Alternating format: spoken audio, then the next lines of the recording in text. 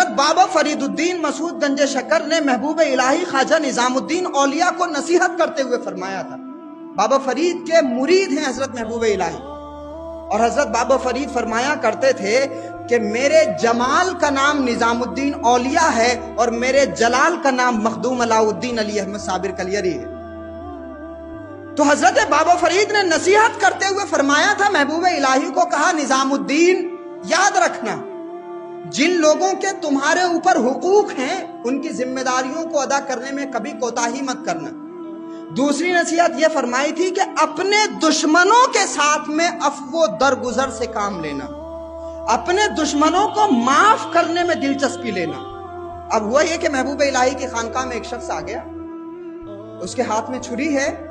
حضرت نظام الدین اولیاء کے دشمن بھی تھے، چونکہ علاء الدین خلجی کا زمانہ تھا اور بادشاہوں کو حسد ہوتا تھا کہ بھائی ہمارے پاس میں ہاتھی ہے، ہمارے پاس میں اتنا بڑا محل ہے، لیکن پھر بھی لوگوں کے دل ہمارے ساتھ میں نہیں ہیں. اور یہ فقیر ہے، یہ درویش ہے، ان کے محل بہت بڑے نہیں ہیں، لیکن لوگ جوک در جوک ان کی بارگاہ میں جاتے ہیں، تو بادشاہوں کو حسد ہوتا تھا. اب خواجہ نظام الدین اولیاء سے بھی حسد کرنے والے تھے، اس لیے ان کی جان لینے کی کوششیں کرتے تھے. تو ایک شخص آیا محبوب الہی کو قتل کرنے کے ارادے سے.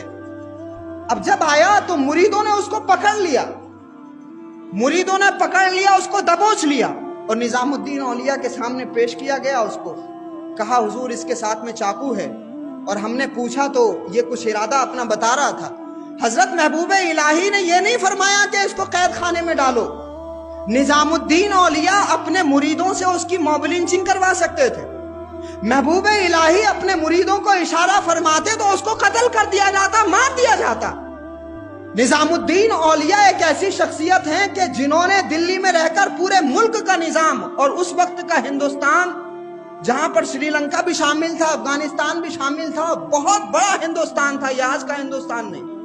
اسی وجہ سے نظام الدین اولیاء کے جو خلفاء ہیں وہ ہندوستان اور پورے بر صغیر میں ہر جگہ پائے جاتے ہیں. میں نے کئی مزارات پہ حاضری دی ہے جو حضرت کے خلفاء ہیں. تو محبوب الہی نظام الدین اولیاء کے سامنے جب اس شخص کو پیش کیا گیا تو محبوب الہی نے غصہ نہیں فرمایا، ناراض نہیں ہوئے، یہ نہیں کہا کہ یہ ہمیں مارنے آیا تھا، بدلہ لو اس سے.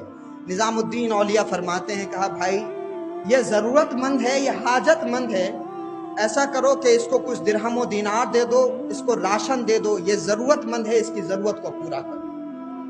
محبوب الہی نے اس شخص کو جو قتل کے ارادے سے آیا ہے راشن دیا، درہم و دینار دیا. ایسے ہی نہیں لوگ نظام الدین اولیاء کو مانتے ہیں. ادھر سامنے اگر آپ لوگ دلی گئے ہوں تو سامنے ہی ہمایوں کا مقبرہ ہے، جو بناوٹ کے اعتبار سے، آرکیٹیکچر کے اعتبار سے اتنا یونیک ہے کہ اس کے بعد میں دوسری عمارت نہیں بنی. 15ویں صدی میں وہ ہمایوں کا مقبرہ بنا تھا، بیگوں میں پھیلا ہوا ہے، بڑا باغ ہے وہاں پر اور بہت بڑی عمارت ہے اور آج بھی بڑا خوبصورت گنبد ہے. لیکن میں نے ان آنکھوں سے دیکھا ہے کہ ہمایوں کے مقبرے پر جب لوگ جاتے ہیں نا تو جوتے پہن کر کے جاتے ہیں، اس کی قبر پر بیٹھ کر کے سیلفی لے رہے ہوتے ہیں. لیکن جب نظام الدین اولیاء کی خانقاہ میں جاتے ہیں تو بظاہر محبوب الہی کا آنگن ہمایوں کے مقبرے کی طرح اتنا وسیع نہیں ہے، لیکن ہاں نظام الدین اولیاء کا ادب اور احترام، ان کی عزت، ان کا مقام اور ان کا مرتبہ یہ ہے کہ مسلمان تو مسلمان جب غیر مسلم بھی جاتا ہے تو اپنا سر ڈھک کر کے عقیدت اور احترام کے ساتھ پھولوں کی چادر لے کر کے نظام الدین کی خانقاہ میں پیش کرتا ہوا نظر آتا، کیونکہ وہ جو تھا وہ اپنے لیے جیتا تھا، اور یہ جو ہیں یہ خدا کے لیے جیتے ہیں. وہ اپنے لیے انتقام لیتا تھا اور یہ اللہ اور اس کے رسول کے لیے لوگوں کو معاف کرتے تھے. برائی کا بدلہ جب انہوں نے بھلائی سے دیا تو اللہ رب العزت نے ان کے دشمنوں کے دلوں میں ان صوفیہ کی محبت ڈال دی. تو ہمارے بزرگوں کو اگر آپ ایک جملے میں سمجھنا چاہیں تو ارطغرل غازی نے ایک بات کہی تھی، اگر آپ لوگوں نے دیکھا ہو ارطغرل غازی، تو انہوں نے کہا تھا کہ 1000 قلعوں کو فتح کرنے سے بہتر ہے ایک دل کو فتح کر لینا.